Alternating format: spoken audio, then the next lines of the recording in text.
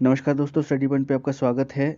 आज हम Indian polity के एमसीक्यूज डिस्कस करेंगे और जिस भी एग्ज़ाम में इंडियन पॉलिटी से क्वेश्चन आते हैं वहाँ आपको डेफिनेटली हेल्प मिलेगी और इसमें हम क्वेश्चंस के साथ एक्स्ट्रा इन्फॉर्मेशन भी डिस्कस करेंगे। तो चलिए वीडियो को स्टार्ट करते हैं। क्वेश्चन नंबर फर्स्ट, भारत के राष्ट्रपति पर महाभियोग चलाने के लिए कम से कम कितने दिन पूर्व की सूचना आवश्यक है? तो आप ऑप्शन देख सकते हैं। इसका राइट आंसर होगा ऑप्शन सी, 14 दिन। दोस्तों इसमें आपको याद रखना है, महाभियोग जो राष्ट्रपति पे लगाया जाता है, दोस्तों आपको याद रखना है जो महाभियोग जो एक प्रक्रिया है वो आपकी एक अर्ध न्यायिक प्रक्रिया है। ये आपके लिए मोस्ट इंपॉर्टेंट है, तो ये आपने याद रखना है। अर्ध न्यायिक प्रक्रिया है, तो ये आपको याद रखना है। नेक्स्ट क्वेश्चन, क्वेश्चन नंबर 2, यदि भारत के राष्ट्रपति का पद रिक्त हो जाए और उपराष्ट्रपति भी ना हो तब निम्न में कौन कार्यवाहक राष्ट्रपति होगा?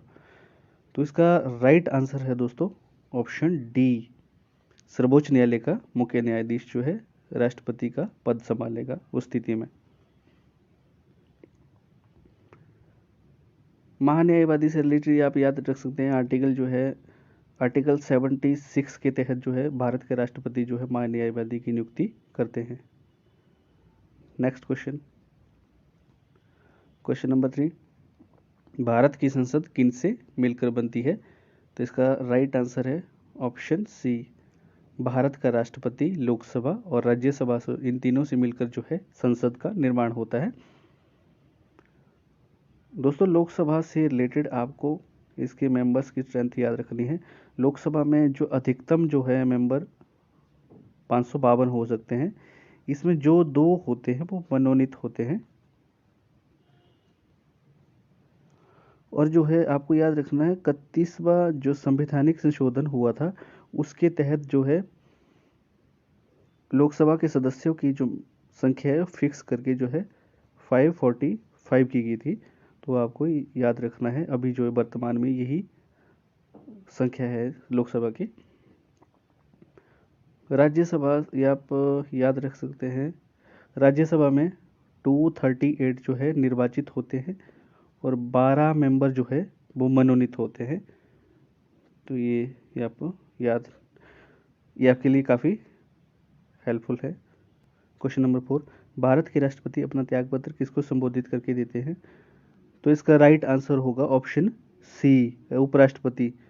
तो आपको याद रखना है उपराष्ट्रपति से संबंधित, एक तो आपको याद रखना है न्यूनतम जो एज जो है उपराष्ट्रपति बनने के लिए वो है 35। और सेकंड आपको याद रखना है उपराष्ट्रपति जो है राज्यसभा का जो है सभापति भी होता है, पदेन अध्यक्ष होता है। तो ये भी आपको याद रखना है। तीसरी बात आपको याद रखनी है, अगर राष्ट्रपति को उसके पद से हटाना है तो प्रस्ताव केवल राज्यसभा में ही लाया जा सकता है। नेक्स्ट क्वेश्चन है क्वेश्चन नंबर 5, लोकसभा के प्रथम अध्यक्ष कौन थे? तो इसका राइट आंसर है ऑप्शन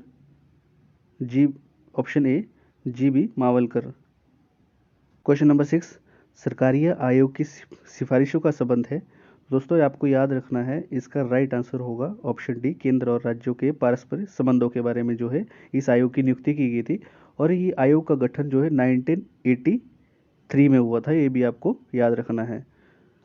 नेक्स्ट क्वेश्चन नंबर 7, संविधान के किस संशोधन द्वारा मतदान की आयु जो है 21 वर्ष से घटाकर जो है 18 वर्ष की गई थी?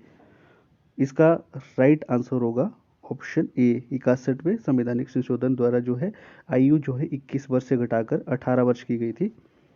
तो बाकी उतने इंपॉर्टेंट नहीं है, तो हम नेक्स्ट क्वेश्चन पे चलते हैं। क्वेश्चन नंबर 8, भारतीय संविधान का अनुच्छेद 370 संबंधित है। तो ये आप सभी जानते होंगे। इसका right answer option Jammu Kashmir. Next question number 9, Bharat में राष्ट्रीय आपातकाल की घोषणा करने का आधार निम्नलिखित में से कौन नहीं हो सकता है? तो ये नहीं हो सकता है, तो ये आपको याद रखना। आपको पता है युद्ध हो सकता है, बाह्य आक्रमण भी हो सकता है। तो ऑप्शन जो सी है इसका राइट आंसर है, आंतरिक अशांति को खतरा। इससे रिलेटेड आपको राष्ट्रीय जो आपातकाल लगाया जाता है, इससे आपको रिलेटेड आर्टिकल जो है याद रखने हैं। 352 राष्ट्रीय ये जो बाह्य आक्रमण, कोई भी आक्रमण होता है या सशस्त्र विद्रोह होता है तो अनुच्छेद 352 लगता है। 356 याद रखना है आपको, ये स्टेट में लगाया जाता है जब स्टेट का मशीनरी जो है, राज्य का जो संवैधानिक स्थिति खराब हो जाती है तब लगाया जाता है। और इसे और नाम दिया जाता है कि राष्ट्रपति शासन भी बोला जाता है इसे। और आपको आर्टिकल 360 याद रखना है, वित्तीय आपातकाल से संबंधित है। नेक्स्ट क्वेश्चन नंबर 10 है, पंचायती राज विषय है तो ये किस सूची का विषय है? तो इसका राइट आंसर होगा ऑप्शन डी, राज्य सूची का विषय। दोस्तों आपको याद रखना है, ये जो केंद्रीय सूची है या संवर्ती सूची है, राज्य सूची है, इनसे संबंधित आपको याद रखना है इनमें कितने कितने विषय हैं। तो केंद्रीय सूची में जो मूल रूप से उसमें 97 विषय थे, अब जो है 100 हो गए हैं। अगर हम संवर्ती सूची देखें तो संवर्ती सूची में मूल रूप से जो है 47 इसमें थे, अब इसमें 52 हो गए हैं। और राज्य सूची में जो है मूल रूप में इसमें 66 थे, अब जो है इसमें 61 विषय है, तो इसमें घट गए हैं, अब 61 रह गए हैं। तो ये आप इससे रिलेटेड याद रख सकते हैं। नेक्स्ट क्वेश्चन है क्वेश्चन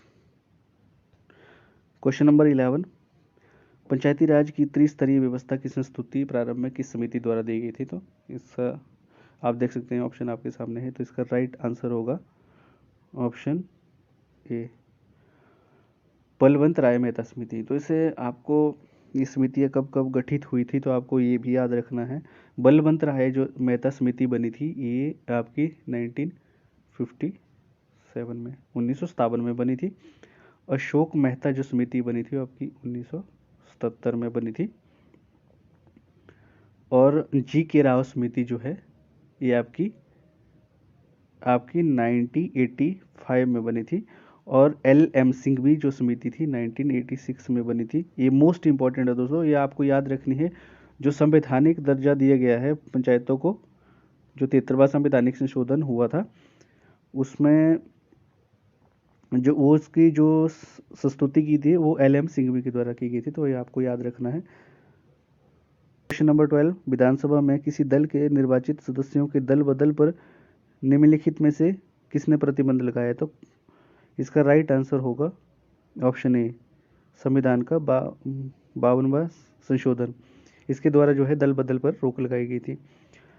दोस्तों इसमें और इम्पोर्टेंट है 42वां संवैधानिक संशोधन।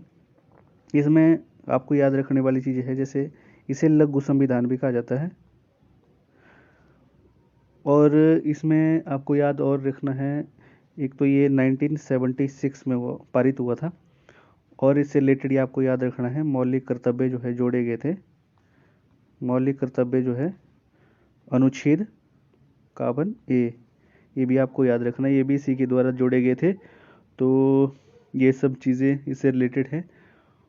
और ऑप्शन डी भी 44वां संवैधानिक संशोधन जो है भी इम्पोर्टेंट है। एक तो आपको याद रखना था 1978 में ये पारित हुआ है। और दूसरा इसमें जो है